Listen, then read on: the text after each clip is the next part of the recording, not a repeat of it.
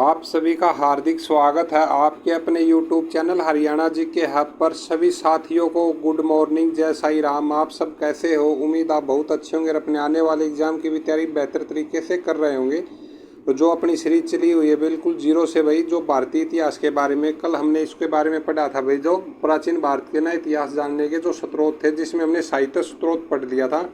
और फिर इसका जो दूसरा पार्ट था भाई पुरातात्विक स्रोत, इसके बारे में आज पढ़ेंगे भाई। जो क्वेश्चन बन सकते हैं उनको सभी को याद करते हुए चलेंगे। चलो जय सरस्वती माँ का नाम लेकर के स्टार्ट करते भाई अपना आज का सेशन।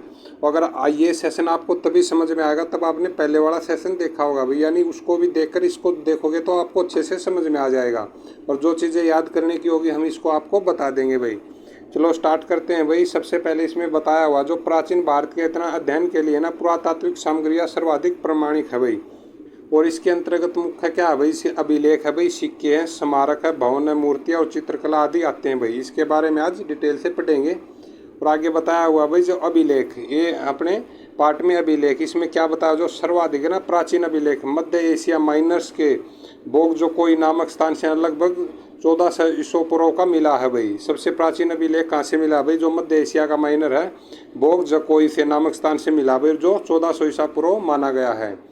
और आगे इसमें क्या बताया भाई? जो बोग जकोई है ना अभिलेख में ना इंद्र है, मित्र है, वरुण और नाम नासत्य है, यानी कि अश्विन वैदिक देवताओं का उल्लेख मिला भाई इसमें। और अपने अगले पॉइंट में क्या है? जो भारत में ना सबसे प्राचीन अभिलेख अशोक के हैं भाई, जो लगभग 3री शताब्दी ईसा पूर्व के हैं भाई। ये भी क्वेश्चन बन सकता है। सबसे प्राचीन अभिलेख अशोक के हैं भाई, जो 3री शताब्दी ईसा पूर्व के हैं। और इसमें आगे देखते हैं भाई क्या बताया हुआ। जो मास्की या गुजरा या निठर या उड़ोगोलम से प्राप्त अभिलेखों में ना अशोक के नाम का स्पष्ट उल्लेख है भाई। ये भी अच्छे से नाम याद कर लेना भाई इन अभिलेखों का भी, क्योंकि इनमें से आपको पूछा जा सकता है आने वाले एग्जाम में। और जो अशोक के अभिलेख है ना मुख्यतः कौन सी भाषा में थे भाई? जो ब्राह्मी, ख्रोष्टी और यूनानी और अरमाइक लिपियों में मिलते हैं भाई। और आगे बताया हुआ भाई इसमें अगले पॉइंट में सबको ना भाई अच्छे से याद करते हुए चलना है। जो यवन राजदूत हेलियोडोरस के बेस नगर यानी विदिशा या मध्य प्रदेश में है भाई, विदिशा एक जिला है विदिशा से प्राप्त है ना गुरुण स्तंभ लेख से ना 2वीं शताब्दी ईसा पूर्व के भारत में भागवत धर्म के विकसित होने के साक्ष्य मिले हैं भाई। और अपनी ये सीरीज तो चलती रहेगी भाई। और जो एसएससी जीडी के लिए भी है ना ये बेस्ट है भाई। इसको है ना आप बिल्कुल स्टार्ट से शुरू करो और अच्छे से भाई अपने लिखते हुए चलो। और जो अपनी है ना मैराथन क्लास भी अभी हम स्टार्ट करने वाले हैं भाई 3-4 दिन में या 5 दिन के अंदर। उसमें हम 1 लाइनर से पूरा इतिहास भाई और जो पॉलिटिकल है, राज्य व्यवस्था है, जो भी है अपना हरियाणा है, प्रैक्टिस सेट है, सभी करवा देंगे। और करवा देंगे भाई। आपके अब की बार है ना सिटी पार करवाना है। चलो अपने अगले पॉइंट में देखते हैं भाई। और आपने अभी तक है ना वीडियो को लाइक नहीं किया तो लाइक करके भाई अपने सभी दोस्तों के पास शेयर जरूर कर दिया करो। और अगले पॉइंट में भाई शोक और अस्तम है ना लेख में ना सर्वप्रथम दुर्भिक्ष क्या बोलते हैं इसको, अकाल की जानकारी भी मिलती है, जैसे अकाल पड़ जाते थे। और मंदसौर भी भाई एमपी में ही है, ये मंदसौर भी एक जिला है। अभिलेख से है ना रेशम बुनकर श्रेणियों का उल्लेख मिलता है भाई। और अपने अगले पॉइंट में क्या है?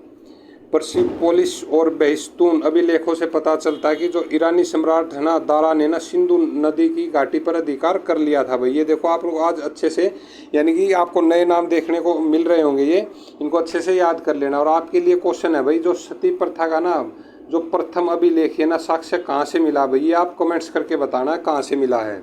वैसे तो हम पढ़ ही लेंगे लेकिन आपको कमेंट्स करके बताना भाई। और जो सर्वप्रथम है ना 1837 सन को याद रखना भाई। जेम प्रिप्सेम ये थे भाई पढ़ने वाले। और कौन सी? ब्राह्मी लिपि में भाई पढ़ा किसका था भाई? अशोक का अभिलेख को पढ़ा गया था भाई सबसे पहले 1837 में। किसने? जेम्स प्रिसेप ने भाई। ये क्वेश्चन भी बहुत बार पूछा गया, इसको भी भाई अच्छे से याद कर लेना। और अगले पॉइंट में भाई अपना जो अभिलेखों का अध्ययन क्या कहलाता है?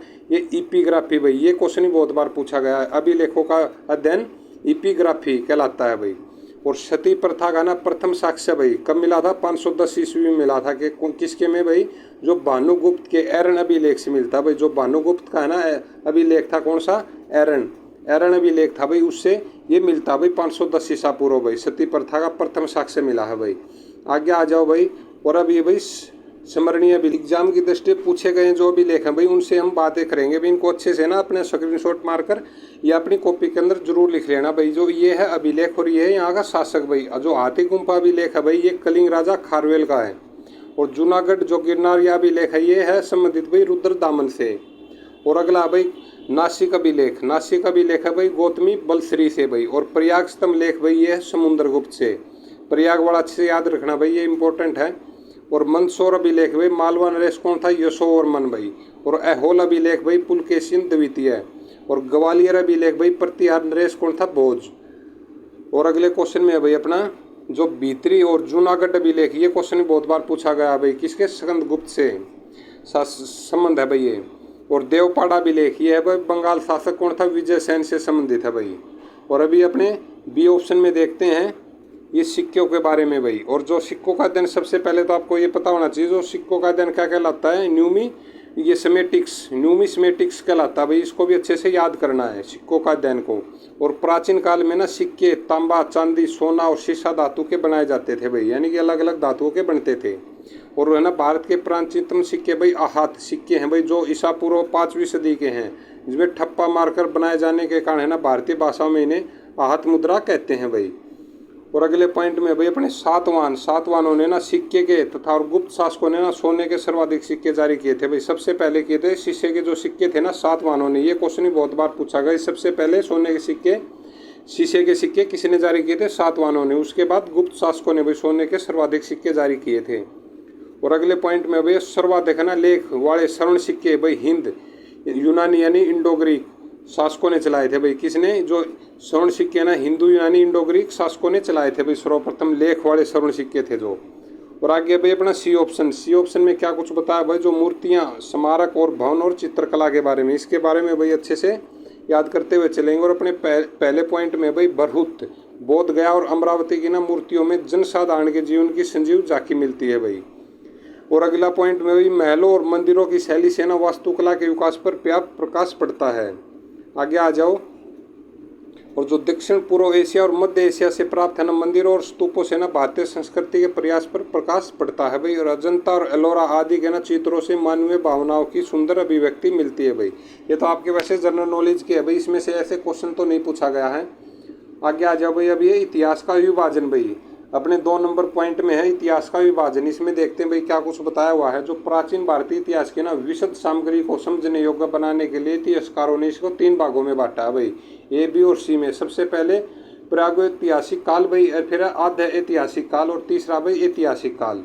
और अब पढ़ेंगे भाई ए में प्रागैतिहासिक काल भाई। इसमें क्या कुछ बताया हुआ भाई अपने पहले पॉइंट में, इस काल का ना इतिहास पूर्णतः पुरातात्विक साक्ष्यों से ही ज्ञात होता है भाई, क्योंकि इस काल का ना कोई लिखित साक्ष्य उपलब्ध नहीं है भाई, ठीक है। और अगले में आ जाओ भाई, जो मानव सभ्यता है ना इस प्रारंभिक काल को ना सुविधानुसार है ना 3 भागों में बांट दिया गया अभी। कौन से में बांट दिया गया, एक तो पुराण पाषाण काल भाई, एक मध्य पाषाण काल, एक है तीसरा भाई नव पाषाण काल। सभी के बारे में डिटेल से पढ़ते हुए चलेंगे भाई। और इसमें है भाई सबसे पहले पॉइंट में जो भीमबेटका के गुफा चित्र पूरा पाषाण कालीन है भाई। ये भीमबेटका के कई बार ये क्वेश्चन पूछा गया, ये है पूरा पाषाण काल के भाई। और पहिए का प्रयोग भाई नव पाषाण काल में हुआ है। ये क्वेश्चन है ना डायरेक्ट बनेगा भाई, इनको अच्छे से याद करना है भाई। पहिए का प्रयोग नव पाषाण काल में भाई। और कृषि का आविष्कार भी भाई नव पाषाण काल में हुआ है। और मानव द्वारा आग का सर्वप्रथम प्रयोग कभी नव पाषाण काल में किया गया था भाई। मानव द्वारा जो आग का आविष्कार था या सर्वप्रथम प्रयोग हुआ था भाई। और अपने अगले पॉइंट में भाई जो नव पाषाण युगीन प्राचीनतम बस्ती है ना पाकिस्तान में स्थित बलूचिस्तान प्रांत के मेहरगढ़ में है भाई। इस क्वेश्चन को भी अच्छे से याद कर लेना। और मेहरगढ़ से ना कृषि के प्राचीनतम साक्ष्य मिले हैं भाई। ये कृषि के प्राचीनतम साक्ष्य कहाँ से, मेहरगढ़ से। और पशुपालन का प्रारंभ भाई कहाँ से हुआ, ये मध्य पाषाण काल में हुआ भाई। ये मोस्ट इंपोर्टेंट सीरीज है भाई। आगे आ जाओ। और पशुपालन के ना साक्ष्य भारत के आदमगढ़ कहाँ पर भाई, होशंगाबाद कहाँ पर है, ये मध्य प्रदेश में। और बागौर कहाँ भाई, राजस्थान में, जो भीलवाड़ा राजस्थान से प्राप्त हुए हैं भाई। कहाँ पे पशुपालन के साक्ष्य भाई, कहाँ से, भारत के आदमगढ़ कि ये होशंगाबाद मध्य प्रदेश में, और जो है बागौर है भीलवाड़ा राजस्थान में भाई। आगे आ जाओ। मध्य पाषाण कालीन है ना मधदा, किसको, प्रतापगढ़ उत्तर प्रदेश से भाई। और हड्डी एवं सींग से निर्मित उपकरण प्राप्त हुए हैं भाई। और अगले पॉइंट में भाई अपना जो मानव कंकाल के साथ है ना कुत्ते का कंकाल बुजुर्गहोम यानी जम्मू कश्मीर से प्राप्त हुआ भाई। ये क्वेश्चन भी मोस्ट इंपॉर्टेंट, इसको भी अच्छे से याद करना। जो मानव कंकाल के साथ है ना कुत्ते का कंकाल यानी बुर्जहोम जम्मू कश्मीर से प्राप्त हुआ है भाई। और इसमें अगले पॉइंट में भाई जो गर्तावास के साक्ष्य भाई बुर्जहोम से ही प्राप्त हुए हैं। ये क्वेश्चन भी डायरेक्ट बनता है भाई। और बी ऑप्शन में है भाई अपना आगात ऐतिहासिक काल भाई। इसके बारे में अभी पढ़ेंगे। जो इस काल में ना लेखक कला का विकास तो हो चुका था जो लिखने की है, किंतु ना इस काल की लिपि को पढ़ने में अभी असफल हुए हैं भाई। यानी कि यहाँ की लिपि पढ़ी नहीं गई, लेकिन लिखने का विकास हो चुका था। चलो भाई आगे आ जाओ, आगे देखते हैं। और इस काल के ना इतिहास की जानकारी हेतु साहित्य और पुरातात्विक दोनों स्रोत उपलब्ध हैं भाई, उपलब्ध हैं लेकिन पढ़े नहीं जा सकते। हम अंदाजा लगा सकते हैं इस चीज़ से ऐसा वहाँ पर हुआ होगा। और हड़प्पा सभ्यता को ना इस काल में रखा जाता है भाई, जो कौन सी सभ्यता गई, हड़प्पा को। और गौरिक और कृष्ण लोहित मर्तबांड संस्कृति इसी काल से संबंधित है भाई। इसके बारे में इतना ज़्यादा पूछा नहीं जाता भाई। अब आ जाओ ऐतिहासिक काल, इसमें से पूछा जाता भाई, डायरेक्ट क्वेश्चन बनते इसमें से। जो इस काल की जानकारी है तो ना साहित्यक और पुरातात्विक और विदेशी लेखों को वर्णन मुख्य स्रोत है भाई, यानी इसको पढ़ा जा सकता है भाई। और अभी इसमें तीसरा भाई ताम्रपाषाण काल। इसमें क्या बताया हुआ है भाई, जिस काल में ना मनुष्य ने पत्थर और तांबे के औजारों का साथ साथ प्रयोग किया था, और उस काल को ना ताम्रपाषाण काल अथवा क्या बोलते हैं, कैलकोलिथिक काल भी कहा जाता है भाई। इसको भी ना अच्छे से याद करना भाई। और अगले पॉइंट में भाई अपना जो सर्वप्रथम है ना तांबा धातु का प्रयोग औजारों को बनाने में किया गया था भाई। ये सबसे भाई ये क्वेश्चन भी बहुत बार पूछा गया है कि जब सबसे पहले किस धातु का प्रयोग किया गया था भाई, तांबा धातु का प्रयोग किया गया था। और ये लोहे के बारे में नहीं जानते थे। आगे आ जाओ भाई अगले पॉइंट में अपना, भारत में ना ताम्रपाषाण अवस्था के ना मुख्य स्रोत दक्षिणी पूर्वी राजस्थान अहाड़ और गिलुद, और पश्चिमी मध्य प्रदेश भाई मालवा कायथा और एरन, और पश्चिमी महाराष्ट्र और दक्षिणी पूर्व भारत में है भाई। और मालवा न मर्तबांड ताम्रपाषाण मर्तबांडों में उत्कृष्ट माने गए हैं भाई। आगे आ जाओ, जारलो स्थलों में सबसे बड़ा कौन सा भाई, दैमाबाद। ये क्वेश्चन भी बहुत बार पूछा गया है, जारलो स्थलों में सबसे बड़ा कौन है भाई, दैमाबाद। और इसमें आगे क्या बताया भाई, आहाड़। आहाड़ का प्राचीन नाम क्या भाई, तांबोती, अर्थात क्या तांबा वाली जगह है भाई ये। और महाराष्ट्र में ना मृतक को अस्थि कलश में रखकर भाई घरों के फर्श के नीचे गाड़ा जाता था भाई। ऐसे ऐसे पहले रीति रिवाज होते थे भाई। और आगे क्या बताया भाई, जो कायथा के ना मर्तबांडों पर प्राक हड़प्पन और हड़प्पोत्तर संस्कृति का प्रभाव दिखाई देता है। आगे आ जाओ भाई अगले पॉइंट में अपने, जो सभी ताम्रपाषाण समुदाय है ना चाकों पर बने काले व लाल मर्तबांडों का प्रयोग किया गया भाई। ऐसे पहले कलर का भी पता, रंग का भी पूछ लेते हैं भाई बहुत बार, यानी काले और लाल ये दोनों याद रखना भाई, काले और लाल मर्तबांडों का प्रयोग किया गया भाई। और सबसे बड़ी ना ताम्र निधि मध्य प्रदेश के ना गुंगेरिया से प्राप्त हुई है भाई।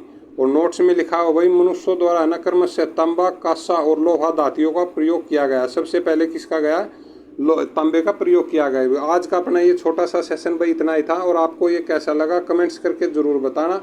और कल हम भाई अपना नेक्स्ट सीरीज और देखते हैं इसके बारे में, जो होगी भाई हड़प्पा के बारे में होगी, जो सिंधु सभ्यता है जो उसके बारे में हम पढ़ेंगे भाई। और आपको कैसी लगी कमेंट्स करके ज़रूर बताना भाई। और आपने अभी तक वीडियो को लाइक नहीं किया तो लाइक करें और सभी दोस्तों के पास शेयर कर दें। और जो दोस्त पहली बार चैनल पर आया है तो सब्सक्राइब करके ज़रूर जाना और अपना फीडबैक भी ज़रूर बताना भाई। जय हिंद, जय भारत, आपका दिन शुभ हो।